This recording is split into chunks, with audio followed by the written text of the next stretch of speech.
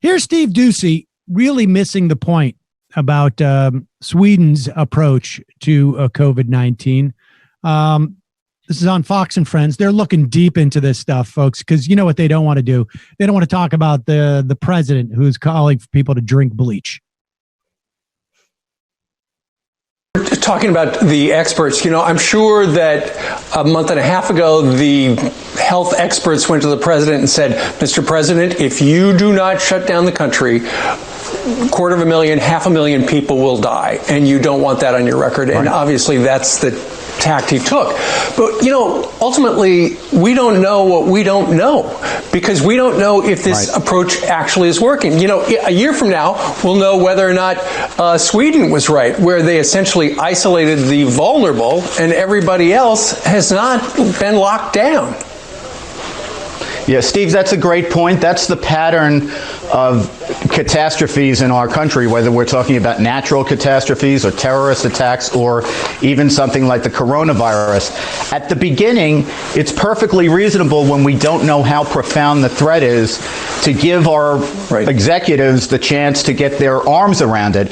But all threats are dynamic, and we have to figure out over time, okay, here's what we're dealing with, here's what's at stake, here's what the different interests are, and what's the reasonable way of balancing those interests. And over time, what's supposed to happen is we're supposed to remember that what's at stake here are fundamental rights, and government is created first and foremost to protect your fundamental rights, not to regulate them.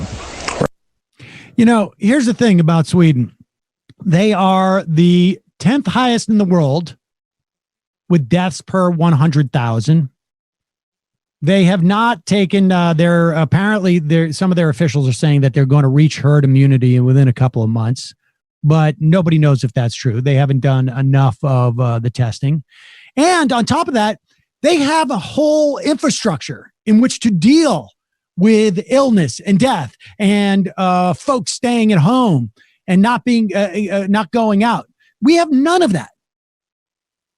We are suffering from this pandemic in literally various types of ways. One, because we have a completely incompetent government, just a total lack of leadership up top. Two, because they have done their best to dismantle any of our ability to respond.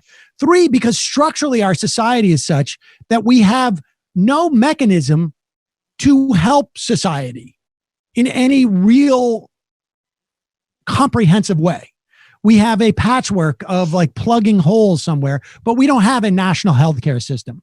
We don't have a national system to make sure that people really can eat, right? It's all horse trading at one point or another.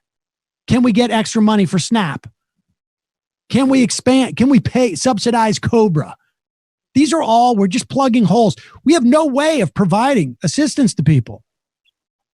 We have no mechanism in which to get everybody on the same page, no social cohesion, no leadership whatsoever. We could not do what Sweden's doing, and even Sweden, it's not even clear that they can do what they're doing without enormous amount of death. Call it a thought experiment if you want, but I just have a feeling that a society where people don't avoid going to the doctor if they don't have any money would do better at handling a pandemic. Call me crazy. Exactly.